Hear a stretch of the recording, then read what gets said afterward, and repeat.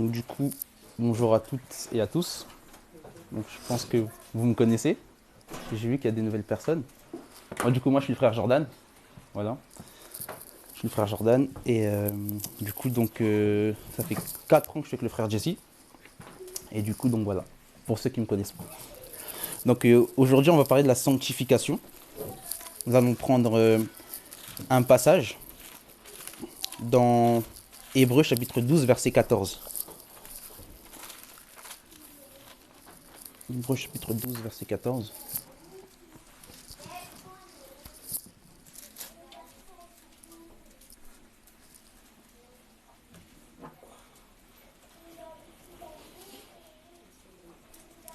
Hébreux 12, verset 14, il est dit « Recherchez la paix avec tous et la sanctification sans laquelle personne ne verra le Seigneur. » Donc ici on dit que recherchez la paix avec tous et la sanctification sans laquelle personne ne verra le Seigneur. Donc il faut comprendre que la sanctification est liée à notre salut. Et c'est pour ça qu'aujourd'hui nous allons parler de la sanctification. Du coup nous allons aborder premièrement la sanctification de manière étymologique. En fait, la sanctification, qui en hébreu sainteté, vient du mot kodesh, ou chodesh, qui signifie mise à part, sainteté et consécration, ainsi que séparation. Et en grec, ici, c'est vu que le Nouveau Testament, ce qu'on appelle le Nouveau Testament, était écrit en grec, donc c'est agios, qui signifie chose très sainte, purifiée, etc. Il faut savoir que la sanctification, c'est un sujet très important qui est relaté depuis le premier livre de la Bible. Et Dieu va toujours réclamer à l'homme la sainteté. Mais vous savez, dans les Écritures, par les diverses dénominations, par les diverses compréhensions et interprétations, on va voir qu'il y a plusieurs compréhensions de la sanctification. Il y a soit la sanctification complète, il y a des personnes qui vont penser que la sanctification est complète, d'autres vont penser que la sanctification est progressive. Il y a d'autres personnes qui vont penser que Jésus nous a sanctifiés totalement. D'autres vont penser qu'on se sanctifie et on n'a plus besoin de rien faire. Et d'autres vont penser qu'on se sanctifie par nos propres œuvres. Donc nous allons voir en fait de quelle manière la Bible veut que nous nous sanctifions et que Dieu nous sanctifie. Nous allons voir comment les Écritures l'abordent. Donc nous allons partir dans l'Ancienne Alliance, comme je l'ai dit, parce que la sanctification est quelque chose qui est relaté dans toutes les Écritures. Donc nous allons dans Exode, chapitre 19.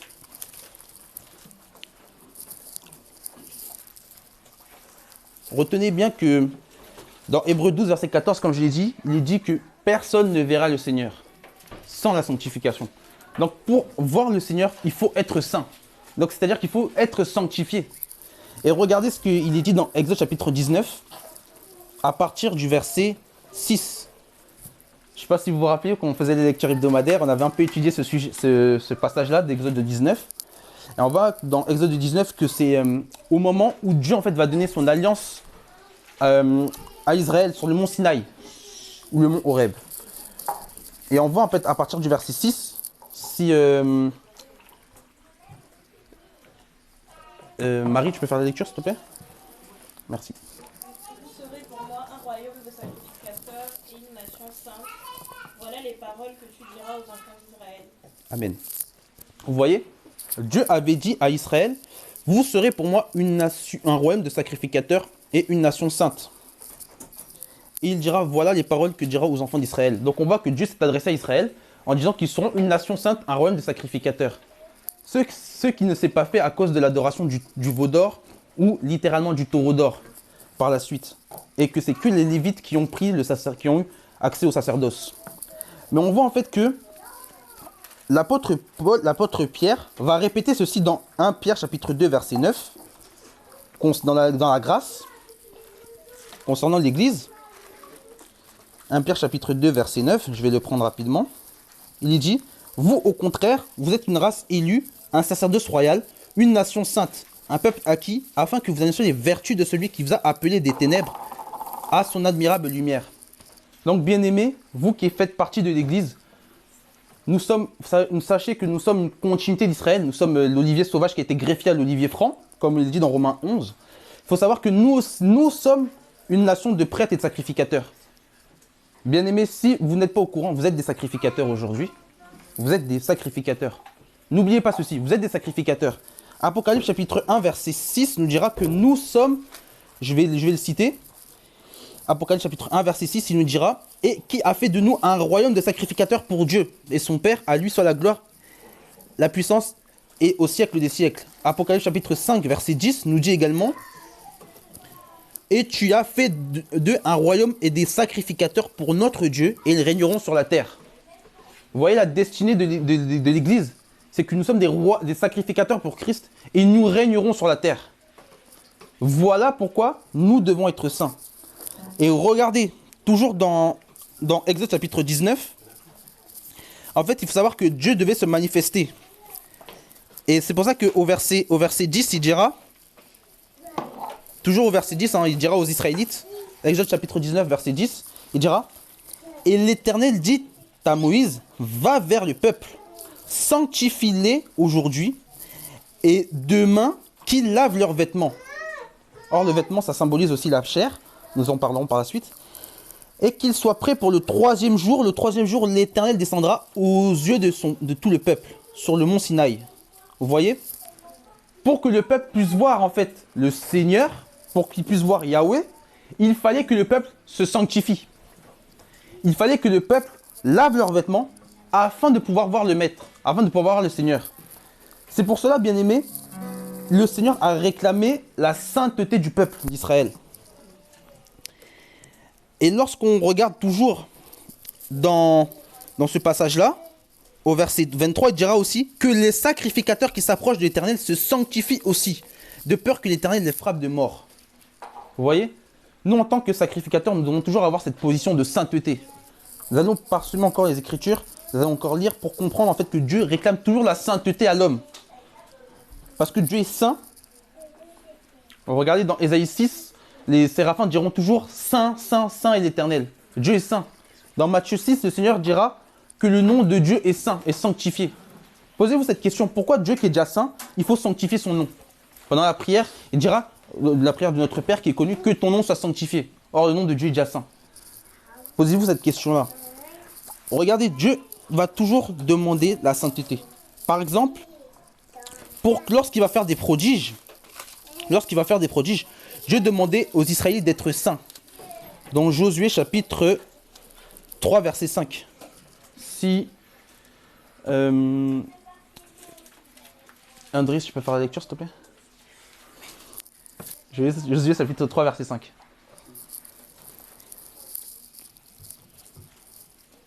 Josué dit au peuple, sanctifiez-vous, car demain l'Éternel fera des prodiges.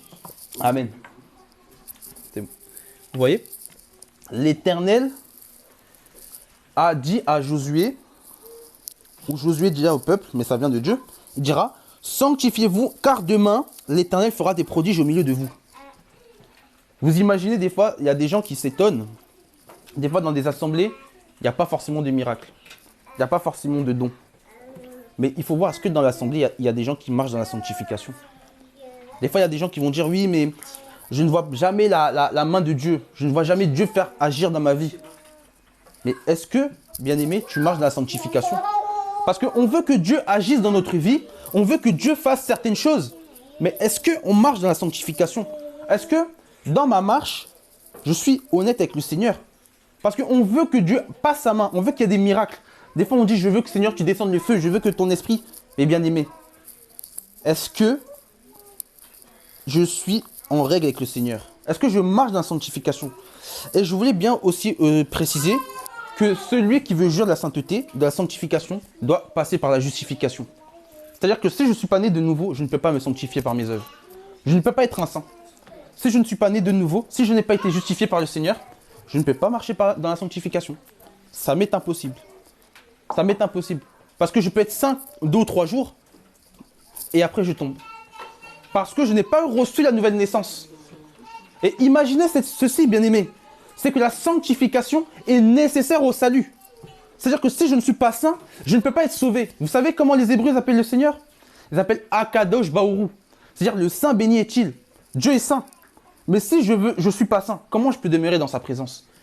Vous vous rappelez ce que Dieu va dire à Moïse je crois que c'est dans Exode 3, où Moïse va venir s'approcher du buisson ardent et le Seigneur va lui dire, ôte tes pieds, ôte tes souliers car tu es dans une terre sainte. Parce que Dieu est saint et il réclame notre sainteté. Regardez toujours dans Josué 7, verset 13. Donc je vais faire la lecture. Vous dites quand vous y êtes.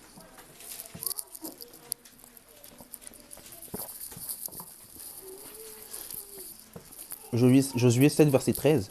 Il dira, vous dites quand vous y êtes, lève-toi, sanctifie le peuple, tu diras, sanctifiez-vous pour demain, car ainsi parle l'Éternel, le Dieu d'Israël.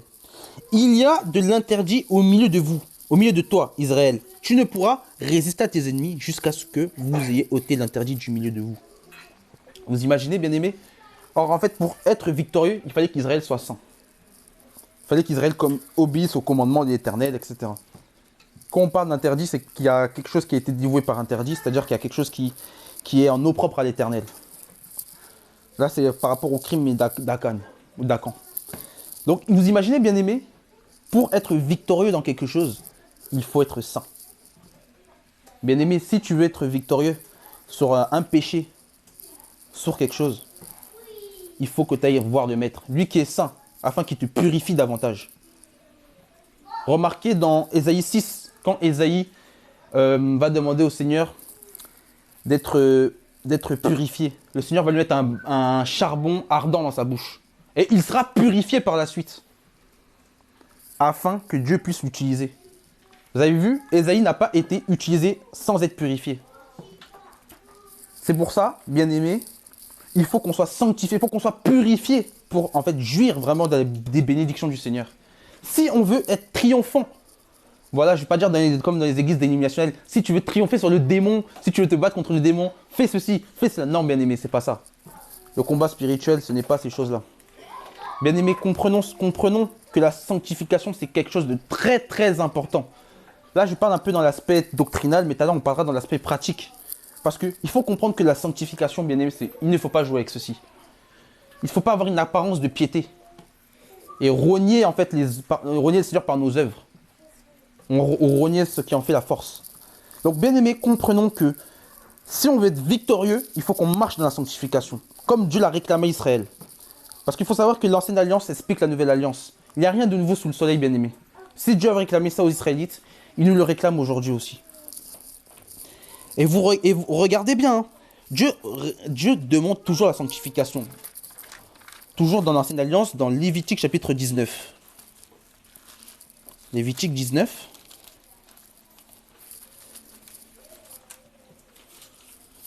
Lévitique 19 à partir du verset 2. Je ne sais pas si Evan, tu peux faire la lecture s'il te plaît. Lévitique 19 à partir du verset 2. Parle à toute l'assemblée des enfants d'Israël et tu leur diras: soyez saints car je suis saint, moi l'Éternel votre Dieu. Amen. Vous voyez? C'est ce que Dieu va dire aux Israélites. Soyez saints car je suis saint. Regardez par la bouche de notre frère Pierre ce que le Seigneur va dire aussi également dans 1 Pierre chapitre 1 verset 16.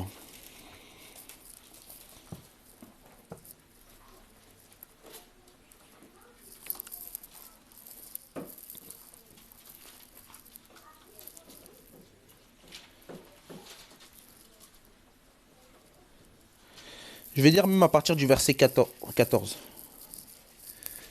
1 Pierre 1, à partir du verset 14. Regardez.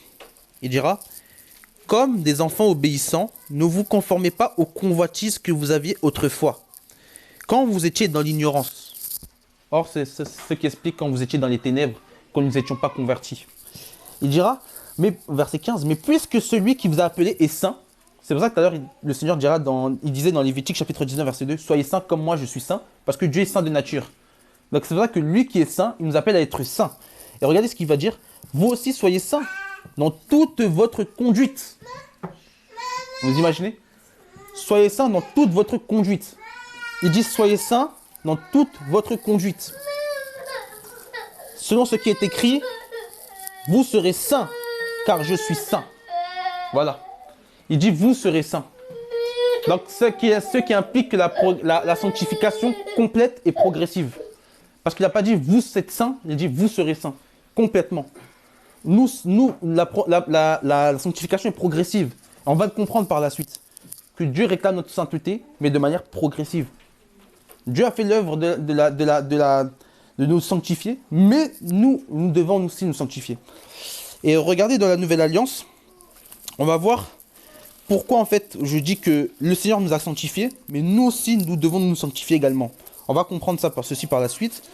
Dans Hébreux chapitre 13, à partir le verset 12. Regardez ce qu'il est dit.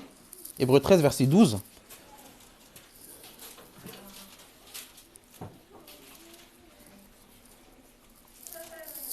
C'est pourquoi Jésus, afin de sanctifier le peuple, par son propre sang, a souffert hors de la porte.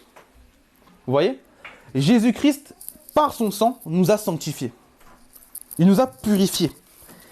Et toujours même dans Hébreux chapitre 10, toujours dans le livre d'Hébreux, je vais lire le passage, c'est là en fait où beaucoup en fait disent que nous ne devons pas nous sanctifier, où beaucoup s'arrêtent à ce passage-là et en font une mauvaise interprétation.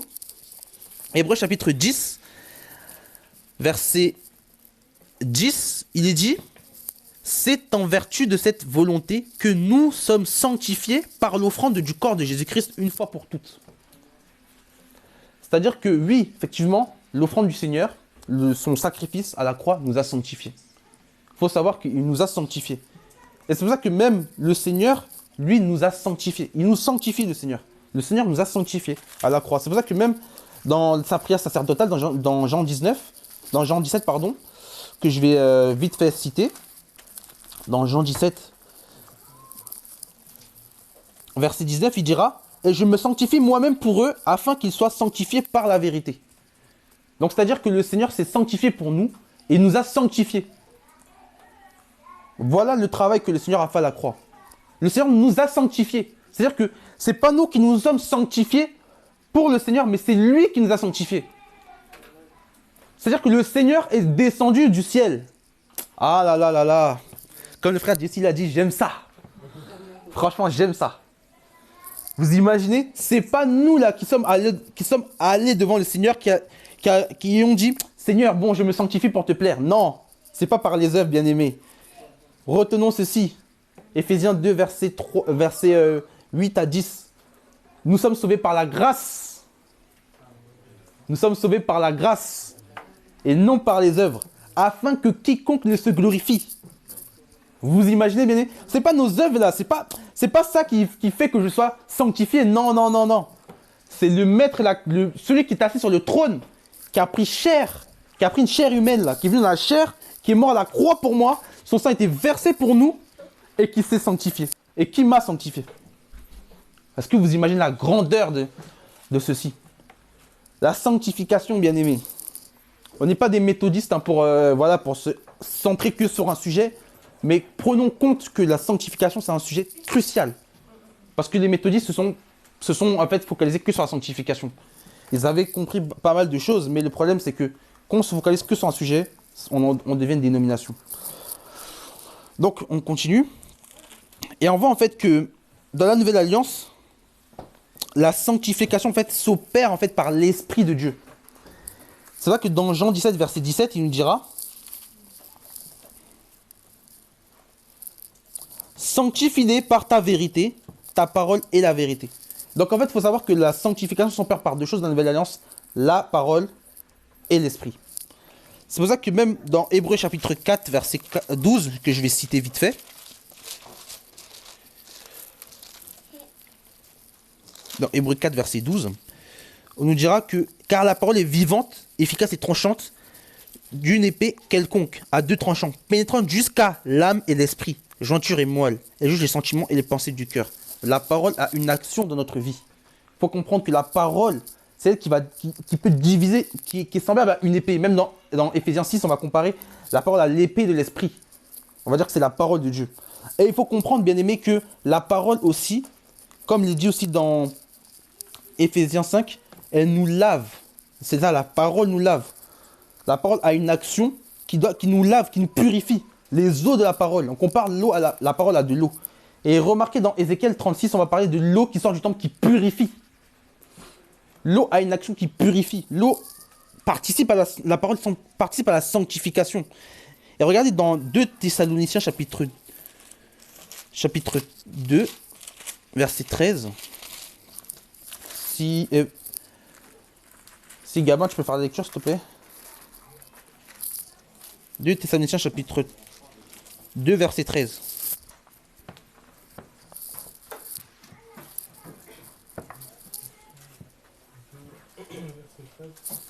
Car Adam a été formé le premier. Non, 2 Thessaloniciens. Ah, je ne sais pas. 13. Oui, 2 Thessaloniciens chapitre 2, verset 13. Ouais, ah, ça colle pas.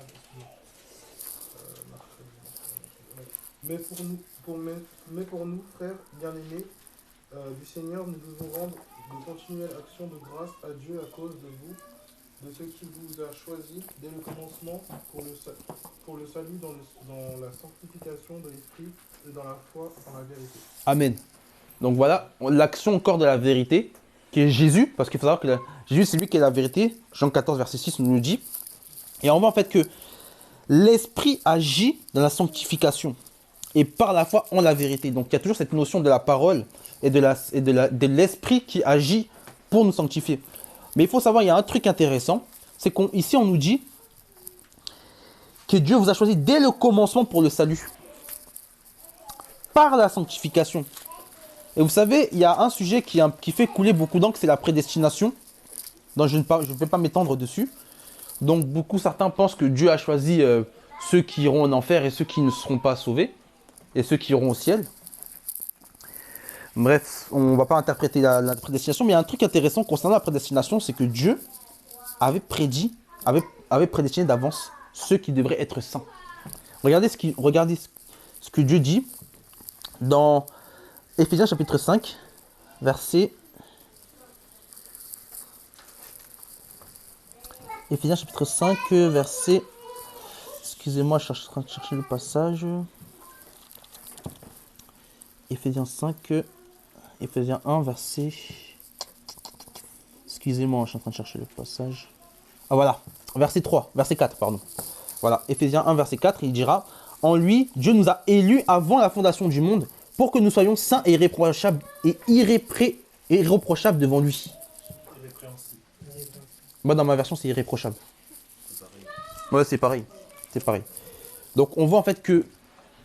On comprend en fait que Dieu, d'avance, nous a prédestinés, bien-aimés, à être saints et irréprochables devant lui.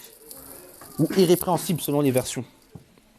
Donc, vous voyez que Dieu, aujourd'hui, bien-aimés, quand Dieu nous voit comme déjà en tant que sacrificateur.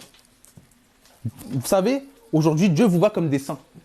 C'est ça que Paul, dans ses lettres, s'adressait aux chrétiens dans différentes assemblées. Il appellera toujours les chrétiens les saints. C'est pour ça que, par exemple, toujours dans Éphésiens chapitre 1, à partir du verset 1, il dira « Paul, apôtre de Jésus-Christ par la volonté de Dieu, aux saints qui sont à Éphèse et aux fidèles en Jésus-Christ. » Quand Paul nommait des gens, il les voyait toujours comme étant saints, jamais comme étant des pécheurs. Parce que nous sommes encore dans la chair, nous pouvons pécher. Mais comme le frère Jesse disait souvent, Dieu nous voit plus comme pécheurs, mais comme saints. Parce que Dieu nous voit déjà en fait dans sa présence, Dieu nous voit déjà arriver au but, il nous voit déjà en tant que sacrificateur en train d'officier. Dieu nous voit déjà saints. Je veux que vous disiez que vous êtes des saints. Si nous marchons véritablement par la sanctification, nous sommes des saints. Il faut le comprendre. Nous sommes des saints. Mais il faut savoir que un saint, pour être saint, il faut que nous devons être libérés en fait de toutes les réalités mauvaises qui sont en nous. Pour être un saint, il faut être libéré de toutes les réalités mauvaises qui sont en nous afin de ressembler au Fils. Parce que la sanctification, il faut comprendre que ça nous ramène à Christ et rien d'autre. C'est pour ça que dans 2 Corinthiens chapitre 7, ça nous ramène à ressembler à Christ. Voilà. 2 Corinthiens chapitre 7, verset 1. Je ne sais pas si Loca, tu peux faire la lecture, s'il te plaît. 2 Corinthiens chapitre 7, verset 1.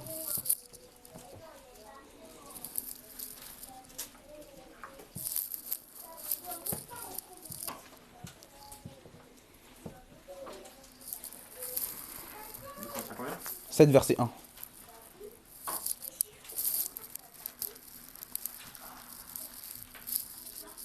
Ayez donc de telles promesses, bien-aimés, purifions-nous de toute souillure de la chair et de l'esprit, en achevant notre sanctification dans la crainte de Dieu. Amen. Voilà.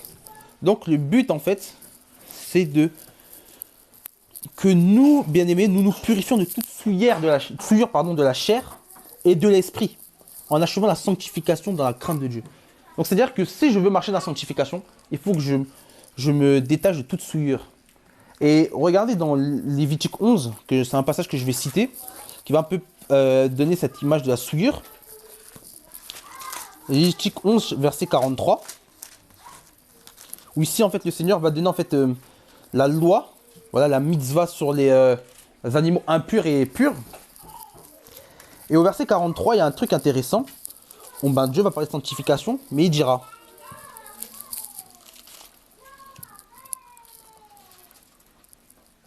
Ne rendez point vos personnes abominables par tous ces reptiles qui rampent. Ne vous rendez point impurs par eux, et ne vous souillez point, car je suis l'Éternel, et le verset 44, car je suis l'Éternel, votre Dieu. Vous vous sanctifierez, et vous serez saints, car je suis saint, et vous ne vous rendrez point impurs par tous ces reptiles qui rampent par la terre. Vous voyez? En fait, ici, cette notion d'impureté, de reptile, c'est-à-dire que celui en fait qui manquait à observer à cette loi, il se rendait impur, c'est-à-dire qu'il commettait un péché.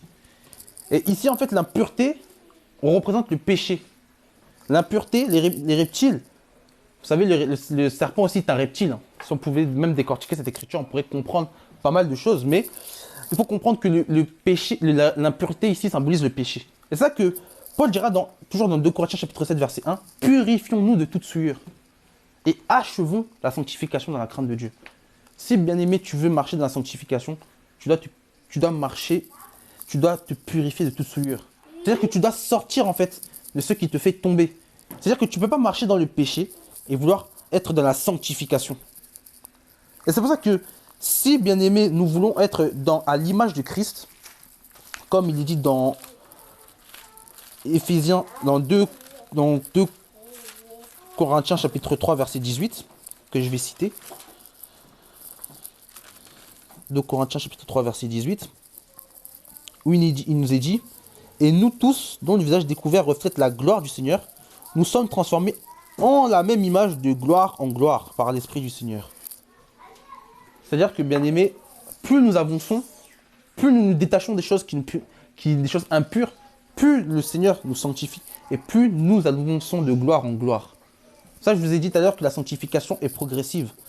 Et vous allez le remarquer, hein, qu'il faut, pour être dans la sanctification progressive, c'est-à-dire se purifier de toute souillure, il faut se détacher des choses du monde.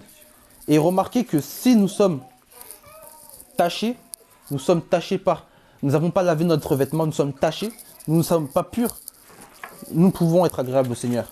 Regardez la caractéristique de l'Église que le Seigneur viendra prendre. Dans Éphésiens 5, verset 27, regardez. Hein. Regardez ce que le Seigneur va prendre comme Église, celle qui va paraître devant lui, celle qui le verra. Et pour faire paraître devant lui, Éphésiens 5, verset 27, et pour faire paraître devant lui l'Église glorieuse, sans tache. C'est-à-dire, si je lave mes vêtements, je n'ai plus de tache, ni ride, ni rien de semblable, mais sainte et irréprochable, ou irrépréhensible selon les versions. Voilà l'Église que le Seigneur, voilà l'Église qui va apparaître devant le Seigneur. Sans tache, celle qui aura lavé ses vêtements. Irrépréhensible.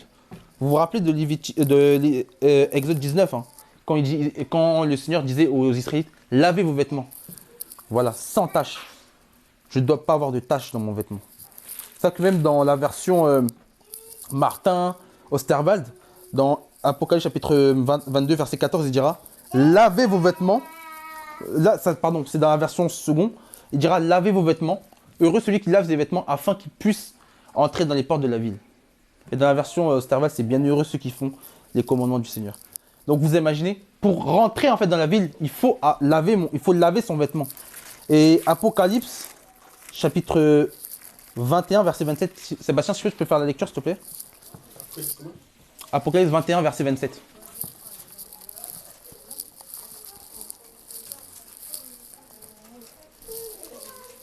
Est-ce que tu peux lire, s'il te plaît?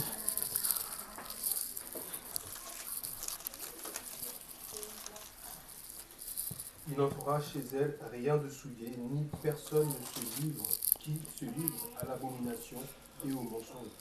Il n'entrera que ceux qui sont écrits dans le livre de vie, de la vie. Amen. Vous avez vu?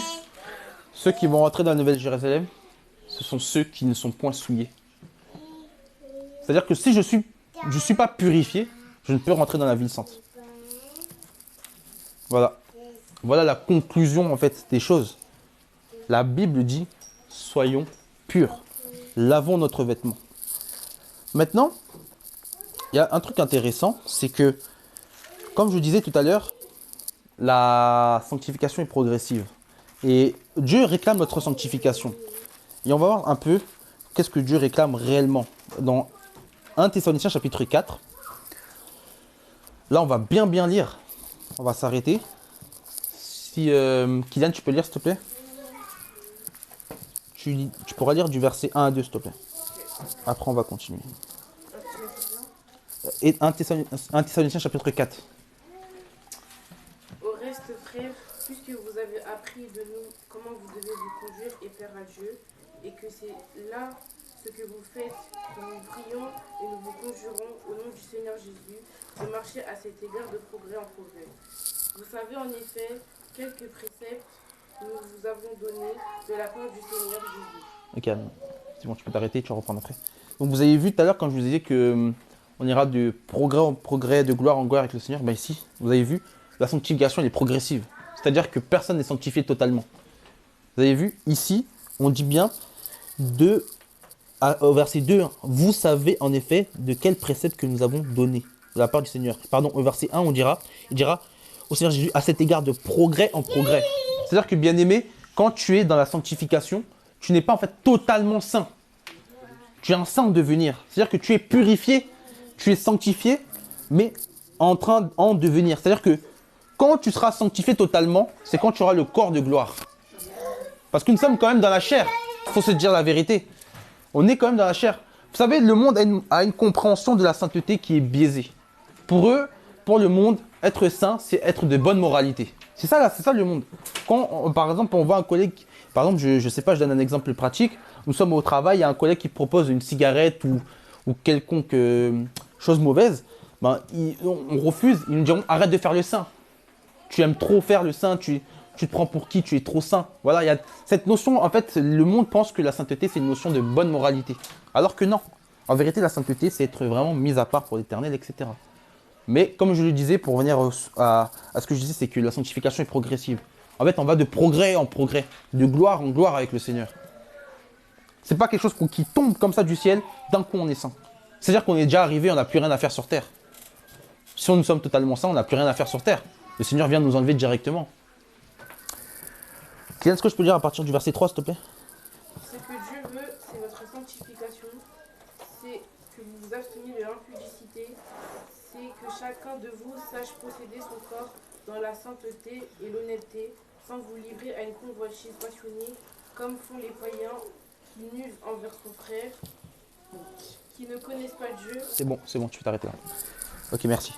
Donc, vous avez vu, le verset 3 dit, ce que Dieu veut, c'est votre sanctification. Ce que Dieu veut à chacun de nous, c'est notre sanctification. Dieu ne veut rien d'autre. Hein. On ne nous a pas dit Dieu veut votre dîme. Est-ce qu'on a dit que Dieu veut votre dîme? Est-ce qu'on a dit que Dieu veut des locaux? Est-ce qu'on a dit que Dieu veut un temple?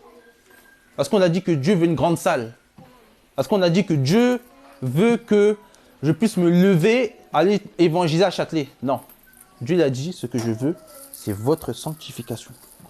Et c'est que vous vous abstenez de la débauche. Parce que celui qui marche dans la débauche n'est pas dans la sanctification. Et c'est ce qui est écrit dans un passage dans 1 Corinthiens chapitre 6. Gardez toujours en tête 1 Thessaloniciens chapitre 4. Hein. Nous allons y revenir. Dans 1 Corinthiens chapitre 6.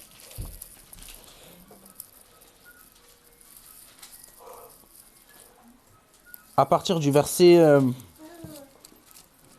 15, il dira, ne savez-vous pas que votre corps sont des membres de Christ?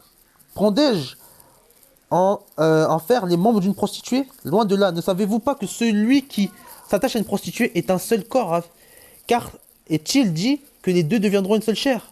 Mais celui qui s'attache au Seigneur est avec lui un esprit. Fuyez l'impudicité, ou dans ma version c'est fuyez la débauche. Quelque péché qu'un homme commette, ce péché est hors du corps. Mais celui qui se livre à la débauche pêche contre son propre corps. Après, il y a une partie qui est intéressante, on va la prendre après. Vous imaginez? Même, je vais la prendre maintenant même. La Bible dit, fuyez l'impudicité. Voilà ce que le Seigneur dit. Fuyez. Abstenez-vous de la débauche. Pour être saint, il faut fuir et s'abstenir. Il y a deux choses, on fuit et on s'abstient. Parce que quand je fuis, c'est-à-dire que c'est quelque chose qui arrive, ce n'est pas de moi. C'est comme l'exemple avec Joseph et la femme de Potiphar. Quand je fuis, ce n'est pas de moi qui est à l'origine. Mais quand je dois m'abstenir, c'est que c'est moi qui dois m'abstenir. Je dois assujettir mon propre corps, comme Paul dira dans 1 Corinthiens chapitre 9. Je dois assujettir mon propre corps. Quand je dois m'abstenir, c'est que je dois assujettir mon propre corps parce que ça vient de moi. Il y a deux choses qu'il faut comprendre par rapport à la débauche. Je dois fuir, je dois m'abstenir. Bien aimé. Et regardez ce qu'il va dire toujours dans 1 Corinthiens chapitre 6. Il dira, au verset 19, « Ne savez-vous pas que votre corps est le temple du Saint-Esprit, qui est en vous, et vous avez reçu de Dieu, et que vous ne vous appartenez point vous-même. » Vous imaginez? Et que vous vous appartenez point vous-même. Tout à l'heure, je vous ai dit qu'on sommes des sacrificateurs, non? Je ne sais pas si vous vous en rappelez, on est des sacrificateurs. Ben, on est aussi un temple.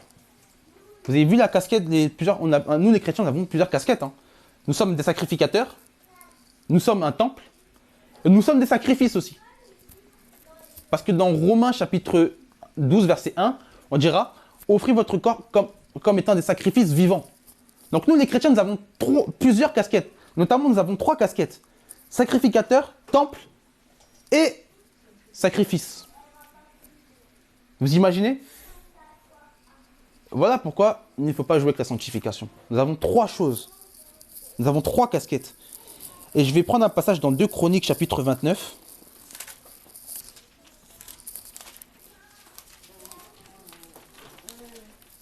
Deux Chroniques 29. Si Hélène, tu peux faire la lecture, s'il te plaît. Verset 5. 2 Chroniques 29, verset 5.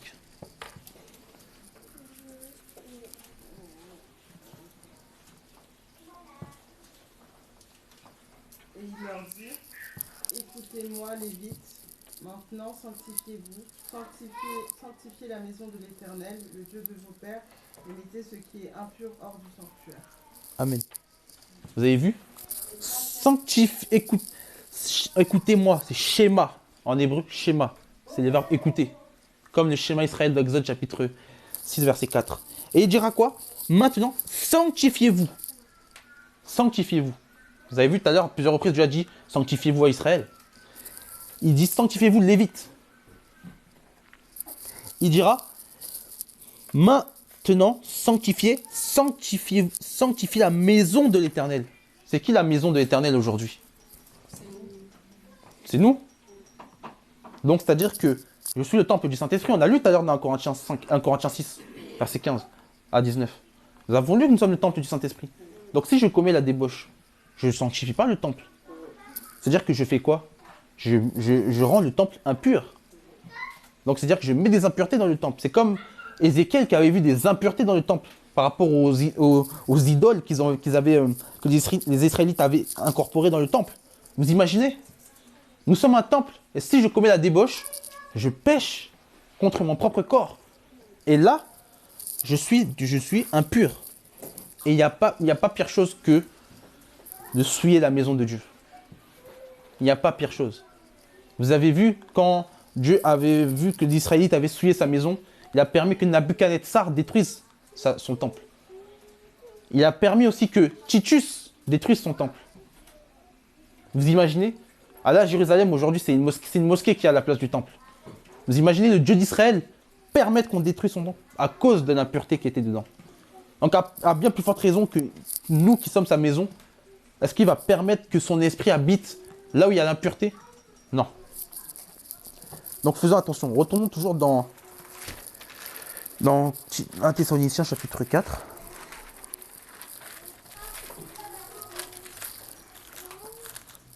Est-ce que Kylian, on s'est arrêté au verset 6. Est-ce que tu peux continuer à lire, s'il te plaît? Que personne n'use envers son frère de fraude et de cupidité dans les affaires, parce que le Seigneur tire vengeance de toutes ces choses, comme nous l'avons déjà dit et attesté. Car Dieu ne nous a pas appelés à l'impureté, mais à la sanctification. Celui donc qui rejette ses préceptes ne rejette pas un homme, mais Dieu, qui vous a aussi donné son Saint-Esprit. Amen. Amen. Vous avez vu? On parle même des affaires que personne n'use envers son frère, de la fraude et de la cupidité dans les affaires. Parce que le Seigneur tire vengeance. Vous savez, partie de la sanctification, hein, vous savez? De ne pas avoir d'intérêt, de ne pas user de fraude. Tout à l'heure, on va comprendre un peu c'est quoi le sens véritable de la sanctification, parce que c'est être mis à part. Mais la sanctification fait partie des bonnes œuvres. On va comprendre ceci. Et il va dire, car Dieu ne nous a pas appelés à l'impureté. Vous avez vu tout à l'heure, on a parlé d'impureté, c'est-à-dire le péché. Dieu ne nous a pas appelés à être des pécheurs. Mais Dieu nous a appelés, nous a appelés à la sanctification. C'est à la sanctification que Dieu nous a appelés. Voilà la chose à laquelle Dieu nous a appelés.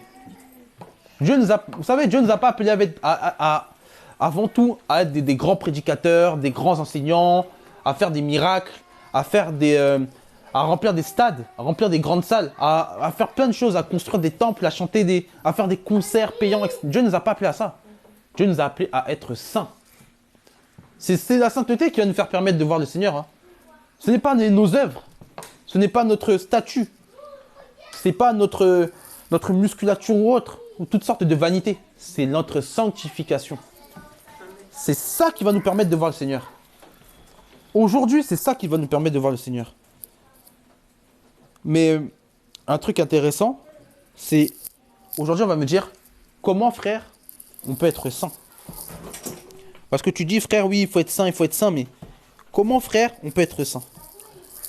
Parce que c'est facile de dire oui sanctifie-toi, mais comment? Regardez, on va prendre juste un passage et après je vais donner des exemples pratiques. Éphésiens chapitre 5 du verset 1 à 3. Si Donaël, tu peux faire la lecture s'il te plaît.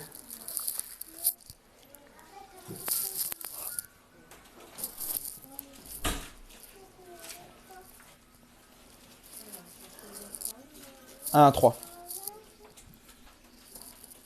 Devenez donc les imitateurs de Dieu, comme des enfants bien-aimés, et marchez dans la charité. À l'exemple de Christ, qui nous a aimés et qui s'est livré lui-même à Dieu pour nous comme une offrande et un sacrifice de bonne odeur. Que l'impudicité, qu'aucune espèce d'impureté et que la cupidité ne soit pas même nommée parmi vous, ainsi qu'il connaît à l'essence. Amen. Vous voyez l'attitude qu'on doit avoir? On doit marcher dans l'amour, comme Christ l'a fait. Lui qui s'est livré pour nous comme une offrande de bonne odeur. Il ne doit pas avoir de la débauche parmi nous, ni de l'impureté, ou de l'impudicité, ni de la cupidité. Et que ce ne soit même pas nommé parmi nous. Là, il dit, en plus Paul dira, ainsi qu'il convient à des saints. Voilà. Comme je dis tout à l'heure, nous sommes des saints. Et parmi nous, dans nos bouches, et parmi nos actes, il ne doit pas avoir ces choses. Maintenant, concrètement, pour être saint, qu'est-ce qu'il faut faire? Tout à l'heure, je disais que c'est la parole. Premièrement, bien aimé, il faut fuir l'impudicité. C'est ce qu'on a lu tout à l'heure. Il faut fuir l'impudicité. C'est-à-dire qu'il ne faut pas rester là où il y a de l'impudicité. Par exemple, un frère qui a du mal avec ça, il ne va pas se promener à Pigalle à 22h le samedi soir. Je donne un exemple concret. Par exemple, il y a un autre exemple, c'est ce qu'on regarde. Ce qu'on regarde. Dans le psaume 101, le Seigneur, David dira au Seigneur, je ne mettrai rien de mauvais devant mes yeux. Je vais le lire vite fait. Psaume 101, verset 3, il dira, vous me dites quand vous y êtes?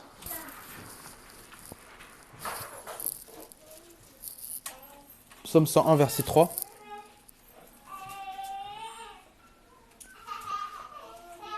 Il dira, je ne mettrai rien de mauvais devant mes yeux. Je hais la conduite des pécheurs, elle ne s'attachera point à moi. Et j'ai cité un autre passage, hein, c'est dans Habakkuk 1, verset 13. Je vais le citer rapidement.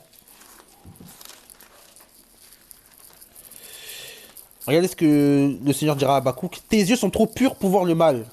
Et tu ne peux regarder l'iniquité. Pourquoi regarderais-tu les perfides et te tairas-tu?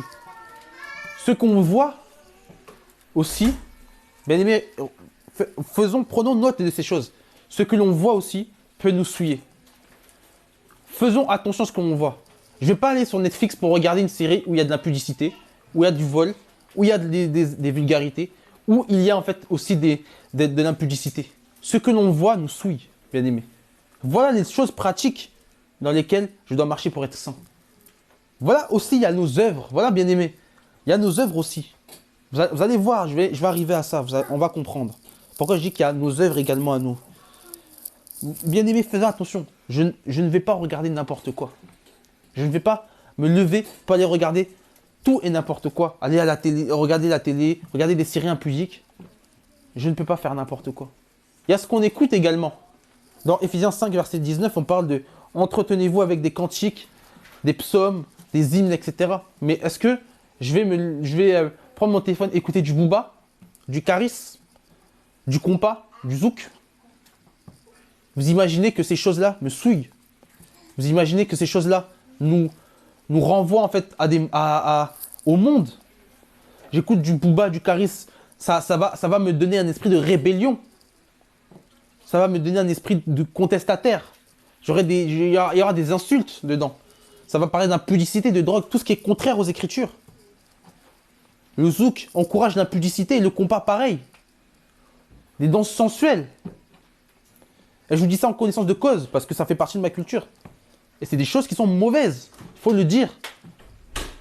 C'est des choses à rejeter. Voilà pourquoi, bien aimé, voilà les choses pratiques dans lesquelles nous devons marcher. Dans Tite, chapitre 2, verset 3. Regardez. Tite 2, verset 3, il dira.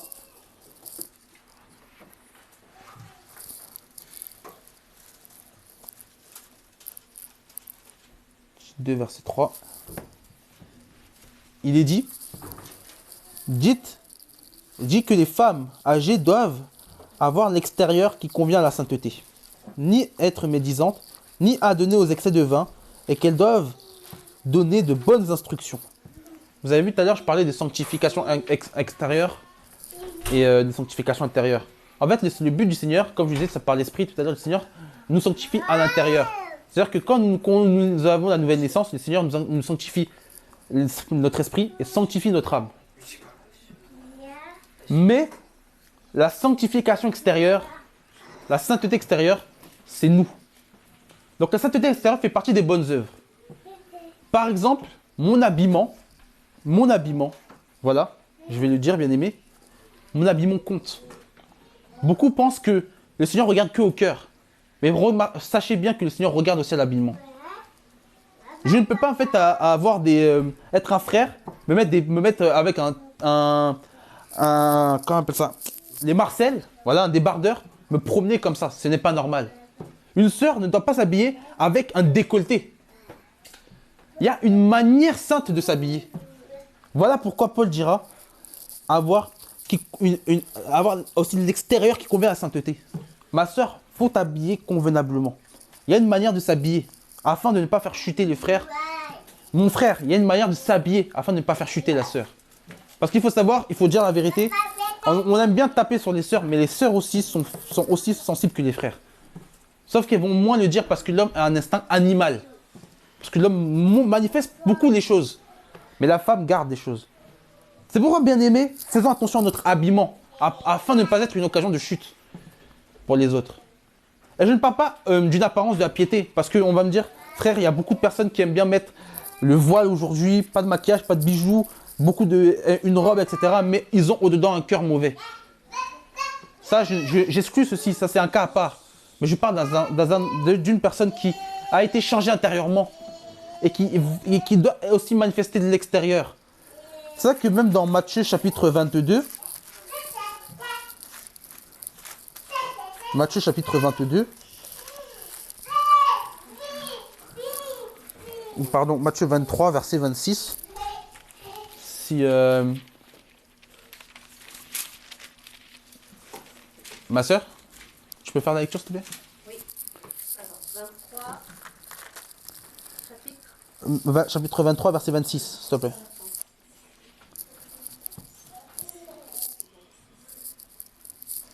Pharisiens aveugles, nettoie premièrement l'intérieur de la coupe et du plat, afin que l'extérieur aussi devienne net. Amen. Voilà. Donc, il faut qu'on nettoie l'intérieur, il faut que l'intérieur soit nettoyé. Voilà, c'est le travail du Seigneur, afin que l'extérieur soit net. C'est-à-dire que le Seigneur nous nettoie intérieurement, et nous participons à ceci, afin d'être net aussi. Parce qu'il faut savoir que on ne peut pas changer extérieurement si nous ne sommes pas changés intérieurement. Sinon, ça s'appelle l'apparence de la piété, nous sommes des tombeaux blanchis.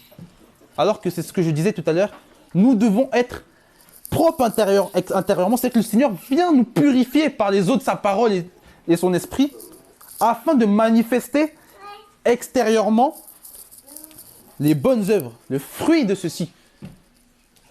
Vous voyez? Parce que la sainteté est un fruit. Il faut comprendre que la sainteté est un fruit. Si je manifeste la sainteté de manière extérieure, c'est que je sais qu'à l'intérieur, j'ai été sanctifié. Et vous avez retenu, hein, je disais que pour voir le Seigneur, il faut être sanctifié. Et regardez dans 1 Thessaloniciens chapitre 3, verset 13. On va bientôt terminer. Dans 1 Thessaloniciens chapitre 3, verset 13, on va nous parler de la sanctification. Mais avant ça, il y avait une chose que j'ai oublié aussi de dire. C'est, pour un exemple pratique, aussi ceux qu'on fréquente peut être un obstacle à notre sanctification. Je ne parle pas dans le cadre du travail, parce que vous savez, on est dans le monde, mais on va fréquenter des gens du monde. Professionnellement, c'est obligatoire. Voilà, ça dépend dans quel domaine vous êtes, dans quel milieu, mais il faut savoir qu'on sera obligé. Nous ne sommes pas une secte, hein. On ne vit pas en autarcie, donc on sera obligé de fréquenter des gens du monde. Mais on ne marche pas avec les gens du monde. C'est ça la différence. Mais ce que je veux dire par là, c'est que les fréquentations peuvent être un obstacle à la sanctification. Regardez je vais citer le passage dans 1 Corinthiens chapitre 15 verset 33, on nous dira les mauvaises compagnies corrompent les bonnes mœurs. C'est-à-dire que si j'ai des mauvaises compagnies, j'ai des amis qui m'encouragent à aller fumer, à aller voir des femmes, à aller boire de l'alcool, comprenez mon langage, l'alcool n'est pas interdit, mais c'est l'excès d'alcool, voilà, à faire telle et telle chose, eh bien ça m'empêche d'être sanctifié. Même dans Proverbe 13 verset 20, on dira « Quiconque marche avec les sages deviendra sage. Celui qui fréquente les stupides s'en trouvera mal. » Ou les insensés. C'est pour ça, bien aimés, ayons des fréquentations qui nous encouragent à progresser spirituellement, à adorer le Seigneur, à lire la Bible, à étudier, à évangéliser, à aller aux réunions. Parce que ça fait partie des bonnes œuvres, afin de progresser, de marcher de gloire en gloire, de progrès en progrès. Voilà les choses dans lesquelles nous devons nous encourager.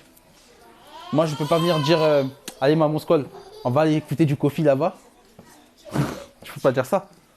Je dirais, maman Skol, il y a frère Evan, ils chantent des bons cantiques là, on va écouter un peu. Je veux voir ta gloire. Hein? Je ne vais pas voir ma soeur Hélène, je vais dire à ma soeur Hélène, on va aller un peu manger au McDo là-bas, encourager l'excès de l'idolâtrie de nourriture comme notre frère.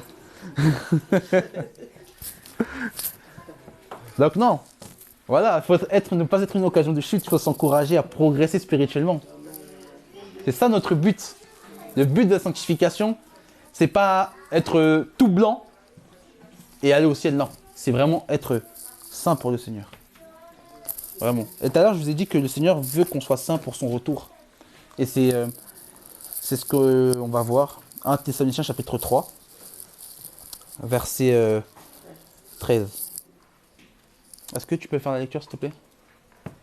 Maman Marceline, tu peux faire la lecture, s'il te plaît? 1 Thessaloniciens 3, verset 13. Pour affermir vos cœurs sans reproche en sainteté, devant Dieu qui est notre Père, à la venue de notre Seigneur Jésus-Christ, accompagné de tous ses saints. Amen. Vous avez vu? Il dit qu'il affermisse vos cœurs pour qu'ils soient irréprochables ou irrépréhensibles selon les traductions. Dans la sainteté devant Dieu. Vous imaginez? Lors de l'avènement de notre Seigneur avec tous ses saints. Voilà. L'une des choses. Et un autre passage. 1 Thessaloniciens chapitre 5 verset 23.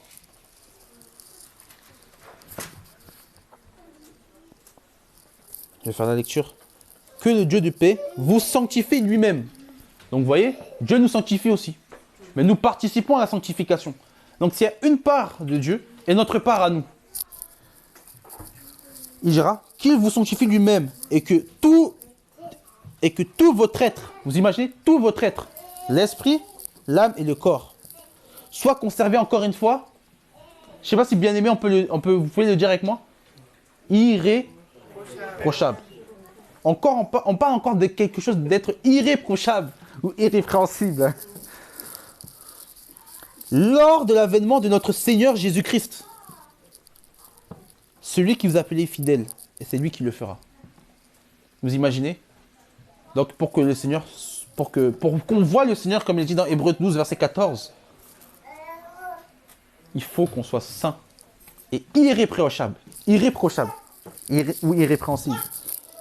Et vous savez, la Bible, des fois, moi j'aime la Bible parce que j'aime pas les messages charnels. Excusez-moi, quand j'écoute un message, j'aime pas un message charnel qui me conforte dans ce que je veux entendre.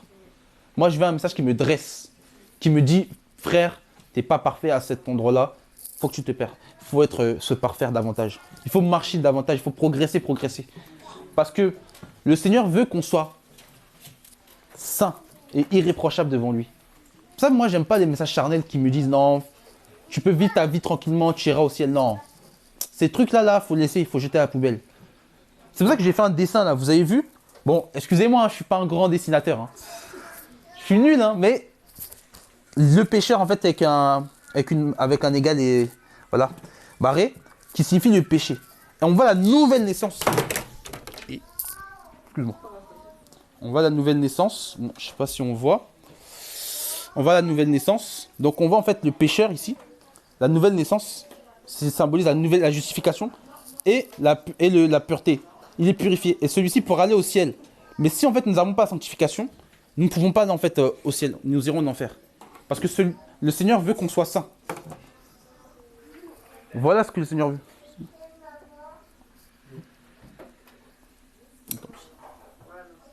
Voilà. C'est pas facile avec les écouteurs et tout. Donc voilà la marche dans laquelle nous devons être. C'est-à-dire que le Seigneur veut que nous soyons saints. Le Seigneur veut que nous marchions en fait dans la sanctification. Mais si nous n'avons pas ce sujet, nous n'allons pas dans cet élan-là, nous pourrons être sauvés. Et regardez la conclusion. Ça, tout à l'heure, je vous disais que des fois la Bible est dure. Regardez la conclusion que la Bible a dans Apocalypse chapitre 22, verset 11.